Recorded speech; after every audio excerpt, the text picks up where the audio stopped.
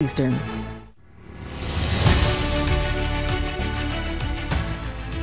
Tonight, the U.S. has no idea where a binder full of highly classified intelligence connected to Russia is.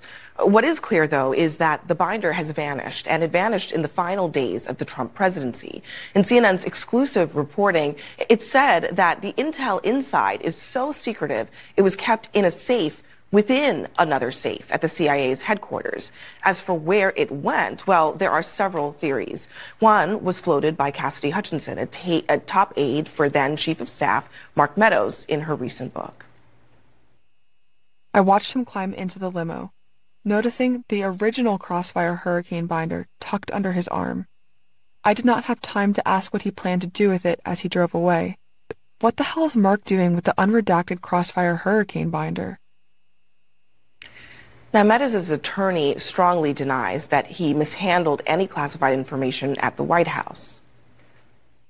With me now is John Bolton. He served as National Security Advisor to President Trump until September 2019. Mr. Bolton, what do you know about this binder? Well, I haven't heard anything more than what came from the CNN reporting. I have to say the very existence of the binder as it's been described strikes me as a little bit strange. It doesn't sound like something the CIA would do. There's various documents, some supposedly raw intelligence, others different kinds of communications or evaluations. I don't get that part of it. It sounds like something that maybe somebody not all that familiar with government process, but who had access to classified information might put together.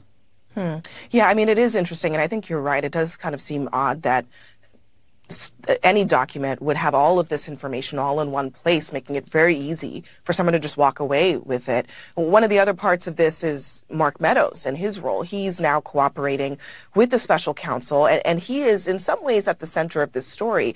His legal team alleges that he had nothing to do with this binder going missing. But you know, what Cassidy Hutchinson suggested is that he's one of the last people seen with it. How does that complicate his current legal situation? Well, again, if this notebook contained significant classified information and it was taken off the White House grounds by somebody after noon on January the 20th, 2021, without somebody's authorization and some means of protecting it, then you've got another classified documents issue. Again, the reporting seems to be that a lot of this was pulled together for a very late declassification effort to get information about the so-called Russia collusion investigation out in public, all very haphazardly done. I think one place to go to really get the story is the White House counsel's office, right, since they were clearly involved in the effort to redact very sensitive information. I think it may be the Trump lawyers in the White House who may be able to give the best, the fullest description of this whole episode. Yeah, it's a very interesting point. I mean, it also seems that, to your point, Trump did actually issue a declassified order for some of these documents. So the question now is, what is it going to take, you think? Do you think it will ever be publicly released?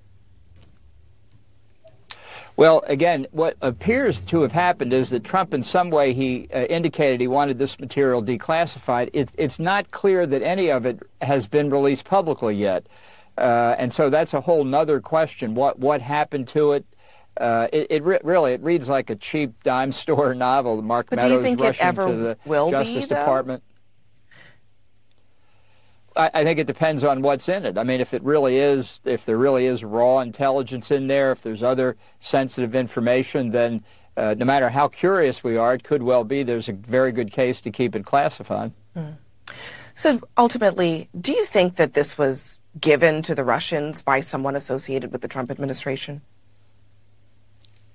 Well, if that were the case, that would be big news because, again, if the information is as described, putting it in the Russians' hands would give them an intelligence bonanza. And if that's what the intention was, or if that's what somebody tried to do, and they could find out who it was, I'd say that person's in pretty big trouble, up to and including, yet again, Donald Trump. So look, Trump and Republicans have endlessly attacked Hillary Clinton in 2016 and beyond for being careless with classified information on her server.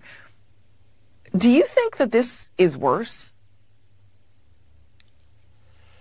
Well, I think if the idea was they were trying somehow to declassify information and they were doing it with the intention of getting it out or getting it to others without really people understanding the nature of what was being declassified, then I think this is a misuse of the whole declassification authority. I'm not questioning the president's authority to declassify, but the whole thing sounds very, very suspicious to me. And so again, I come back. I'm not the only people I would trust to give you a straight story on this for their own professional reputation's sake, if nothing else, would be the people in the White House counsel's office. All right, Ambassador John Bolton, thank you very much for coming in tonight. Glad to be with you.